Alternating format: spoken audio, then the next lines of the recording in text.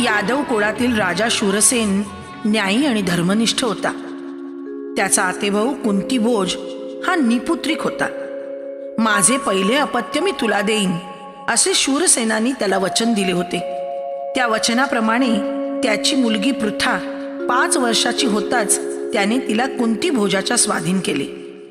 पृथा हे तिचे नाव मागे पडून सगळे तिला कुंती म्हणूनच संबोधू लागले.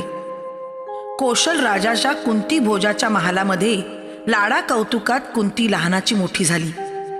समजत्या वयात येताच अगत्यशील आणि मृदुभाषी असल्याने तिच्यावर पाहुण्यांची व्यवस्था पाहण्याचे काम सोपवले गेले. कुंती ते काम फारच कौशल्याने करी.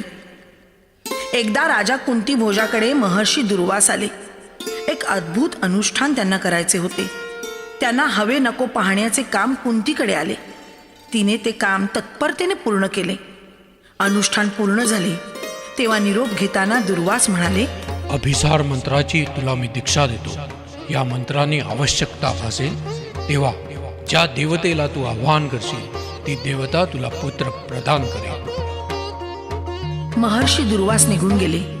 कुंतीला मात्र उत्सुकतेने त्या मंत्राचे सामर्थ्य पाहण्याची उत्कंठा लागून राहिली.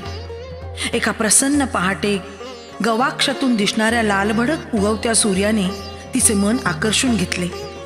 तिने अभिसार मंत्राचे विधिवत स्मरण केले.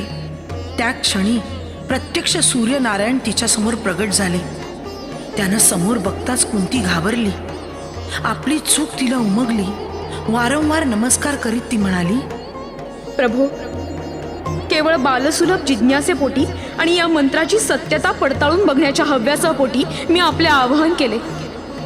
मी कुमारी काय, आपल्या पुत्राचा स्वीकार मी कसा करू?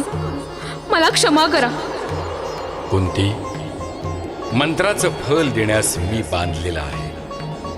तुला अतुल पराक्रमी दानवीर, जन्मता दिव्य कुंडले आणि सर्वांग कवच असलेला सुंदर पुत्र प्राप्त होईल. मात्र तू मनामध्ये साशंक असल्याने तो अविचारी आणि दुष्ट प्रवृत्ती होईल. त्याचा वारंवार तेजोभंग होईल. सूर्यनारायण निघून गेले. यथावकाश कुंतीला कवच कुंडलधारी सुंदर मुलगा झाला. पण लग्नापूर्वी झालेला मुलगा म्हणून लोकलज्जेपोटी तो जन्मताच एका पेटीत घालून तिला नदीच्या पात्रात त्याला सोडून द्यावे लागले. ती पेटी गंगेतून वाहत वाहत धृतराष्ट्राचा सारथी अधिरथ याला सापडली. अधिरथाला मुलबाळ नव्हते. त्याने ते गोंडस बाळ घरी नेले. त्याने आणि त्याची पत्नी राधा यांनी बाळाचा मुलाप्रमाणे सांभाळ केला. त्याचे नाव वसुसेन ठेवले.